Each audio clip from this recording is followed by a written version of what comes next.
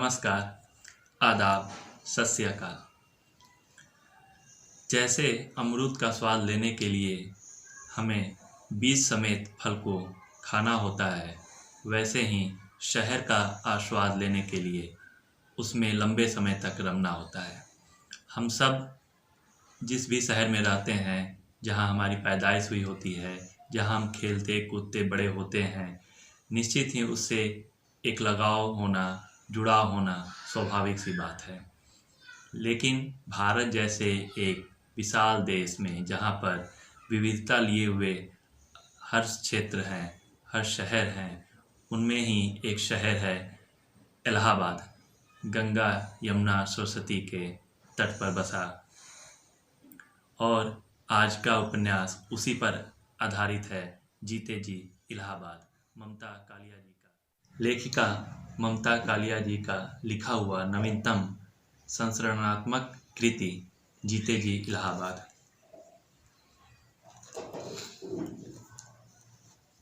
इलाहाबाद, जिसका नाम बदलकर 2018 में प्रयागराज कर दिया गया, पर एक प्रश्न उठता है कि क्या किसी शहर का नाम बदल देने से उससे भावनात्मक लगाव छूट जाता है, बदल जाता है। किसी भी शहर का नाम बदलना एक राजनीतिक मुद्दा हो सकता है, लेकिन स्थानीय लोगों के मन में जो पहले का प्रेम है नाम से, या स्थानीय लोगों का आपस में प्रेम है, उससे भावनात्मक लगाव जुड़ा हुआ है, वह कैसे बदल सकता है। और शायद इसलिए ममता कालिया जी ने जब 2003 में इलाहाबाद को छोड़ा था और 2021 में यह उपन्यास छपकर आया है, तब भी इसका नाम जीते जी इलाहाबाद ही रखा है, क्योंकि कहीं ना कहीं वह इससे इलाहाबाद शब्द से ही जुड़ाव महसूस करती हैं। खुद लेखिका के शब्दों में, शहर पुड़िया में बांध कर हम नहीं ला सकते साथ, किंतु स्मृति बनकर वह हमारे स्नायु तंत्र में, हुक बनकर हमारे हृदय तंत्र में, और दृश्य बनकर हमारी आँखों के छवि गृह में चलता फिरता नजर आता है। जब मैंने यह किताब पढ़ना शुरू किया तो मुझे पता चला कि इस किताब की नकारात्मक आलोचना हुई है, पर मेरे मन में एक सवाल उठा कि क्यों। और जब मैं यह किताब ख़त्म किया तो यह सवाल बरकरार है कि क्यों। क्या किसी के द्वारा सच कहना, बोलना, सच का उजागर करना गलत बात है? यदि हाँ, तो मुझे बहुत ताज्जुब होता है उन तमाम लोगों के विचारों पर, उनकी बुद्धि पर, उनकी बुद्धि के विकास पर।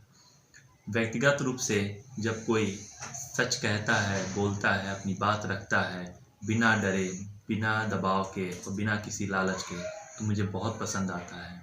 और शायद इसलिए मुझे लेखिका ममता कालिया जी द्वारा इस उपन्यास में उजागर की गई बहुत सी बातें, जिनका जिक्र किया है, चाहे वह बड़े प्रसिद्ध लेखक हों, साहित्यकार हों, या साथ के साथकर्मी हों, या खुद उनके पति रविंद्र कालिया जी के बारे में हो, बड़ी ही बेबाकी से इन्होंने प्रस्तुत किया है।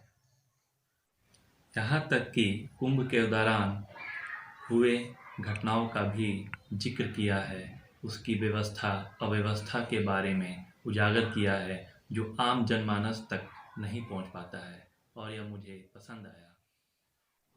इलाहाबाद बुद्धिजीवियों का शहर है। यहाँ मन लगाने के लिए बतकही, बैठकें, पुस्तकें और गोष्ठियाँ हैं।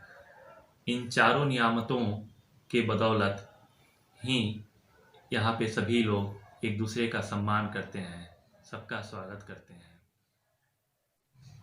यदि लेखक लेखिका भी किसी डर, भय, दबाव या लालच में लिखने लगें तो वह लेखन ही कहाँ रह जाता है। लेखिका की अब तक 36 पुस्तकें प्रकाशित हो चुकी हैं, किंतु मैंने यह पहली पुस्तक उनकी पढ़ी है जो मुझे काफ़ी पसंद आई। शायद मैं खुद भी 2.25 साल तक इलाहाबाद में रहा हूँ, तो इस पुस्तक से जुड़ाव एक स्वाभाविक भी है।